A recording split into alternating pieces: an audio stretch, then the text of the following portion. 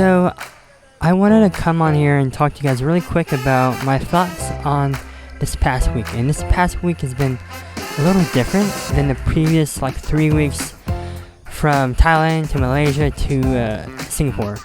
And the reason why this week has been so instrumental in, I guess, experiences and growth, as a person, as a human, traveling and discovering new people, new things, and understanding more about themselves.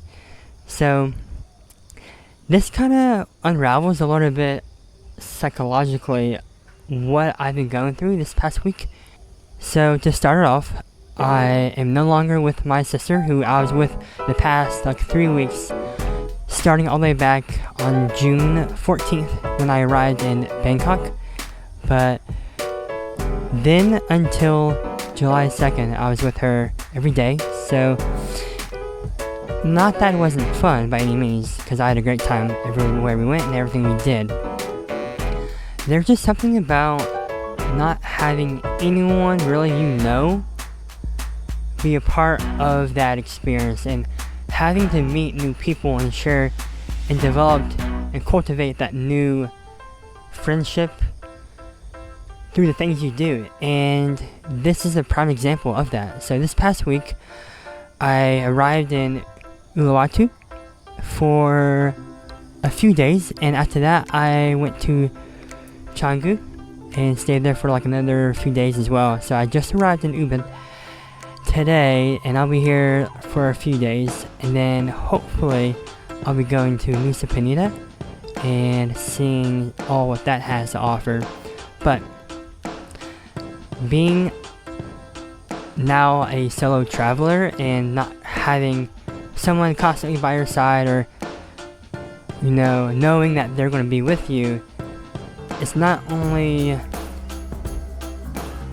scary in a way that there's no one to lean on, and whatever happens is only you, and really no one knows about it until they do.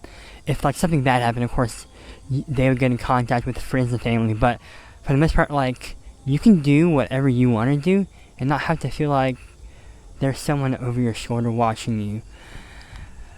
With that also comes excitement and creativity and imagination. So imagining what things could be like if you could do this, or what could happen when the opportunities aren't confined into tailoring a day between the other person that you're with, and having that free spirit and that free-flowing agenda to do whatever you want to do. And by no means am I an expert. I'm just kind of giving you guys my first week's thought, my first impressions of being a solo traveler, even though I did spend quite a bit of time with a person I met online here.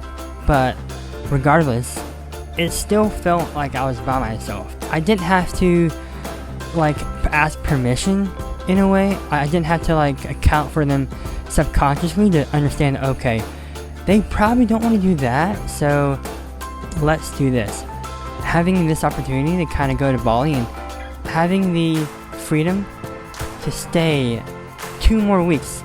My initial plan was to stay in Bali for 4 days, as you guys know, but that quickly changed into 2.5 weeks, because the opportunity was there for me to take it, and knowing all that Bali has, and knowing that this may be a really good opportunity for me to be here at this time, who knows when, and who knows when in the future, I had to kind of take this opportunity and go with it. And that's kind of one of the things whenever you're solo, you kind of get to make that call yourself and don't have to work around anyone, like I said. Yeah, I've met some amazing people here, and the culture here is great. The people here are even better.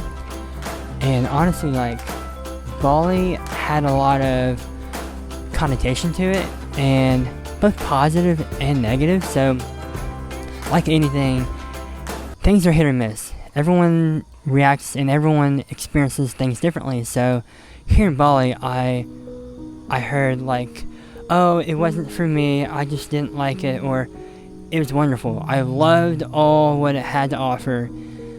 And I'm one of those people that will take all of that into consideration, but I will always make sure I do that and experience it before I make a judgment on it.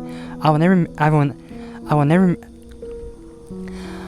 never make a judgment off of anything that I have not tried. So that's the keystone in like who I am as a person. So that helped me figure out and helped me understand why I wanted to stay 2 more weeks, because I knew this would be a great place to kind of enjoy myself and kind of figure out more about who I am, and also experience more of nature, the culture, the people, activities, things like that. And I definitely feel like I've grown a lot in 1 week, which is kind of, I mean, it may be kind of cliche to say, but it's been great so far, and I've loved every second of it. No matter if it's been raining for the past 2 days and I'm not doing anything, just the thought of me knowing there's so much right at my fingertips for me to explore and do and see is just so, it's just so glowing. There's just a positivity about it that makes you feel welcomed and really appreciating every moment that you have. Today I went surfing with a local, and honestly, it's kind of how I thought it'd be. I've done skateboarding leisurely, not anything acrobatically or crazy stunts like that, but I can ride around, I can get to A to B, no problem. I think snowboarding is harder than surfing because the board is stuck to you and you don't really have a lot of room to scoot your feet around. Whatever minor adjustments you want to make to your turn or to your stance, it's really difficult to do that, and it's a lot of your core and it's honestly your whole trunk that kind of steers where you want to go on snow. Whereas on surfing, and another thing with snowboarding, the way you kind of get started is just by rolling down a hill or like sliding down a hill. Even though it may seem quite the same as surfing, it's not. There's a different feeling between getting started on a slope and catching a wave. I think it's easier to steer and turn with a wave than it is on snow. But surfing was really fun, and I've had a great time learning, and I think that's one of the big components with learning a new skill. Even if you've had previous athletic experience with similar movements. So I think coming from an athletic background and knowing how to move my body in space helped out with learning how to skateboard, snowboard, and now surf.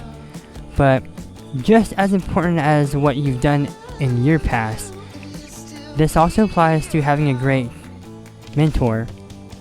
And the person teaching me was a local, and he's been surfing for 10 years, which is crazy. And just being out there for like an hour and a half, just getting crushed by waves, put this sport in check for me. And while it was still fun, I definitely have a great appreciation for people who surf and spend that much time and effort just treading water, getting back to where they were after catching a wave.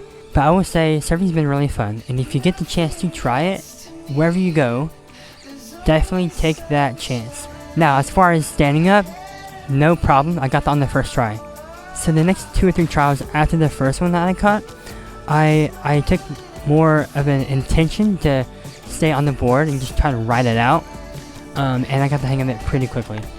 After that, I then decided I want to learn how to turn with the wave, because you never see a person surfing on a straight line, and they always kind of ride with the wave left to right depending on how the wave falls. So that was my next goal, and having been using a soft board, they're a little bit longer and wider than a normal board, I think you may be aware of.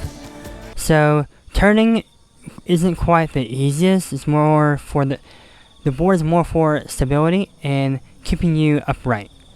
So I managed to turn the board left and right So for the next about 18 or 20 times after that, I then learned and figured out my stance, my weight distribution, how to turn, and just kind of finesse that a little bit. And I definitely got some great compliments from people else out there. So I had like three or five really good ones that probably took about like 10 seconds for me to actually get to the point where the board was not moving anymore, and I was close to the shore.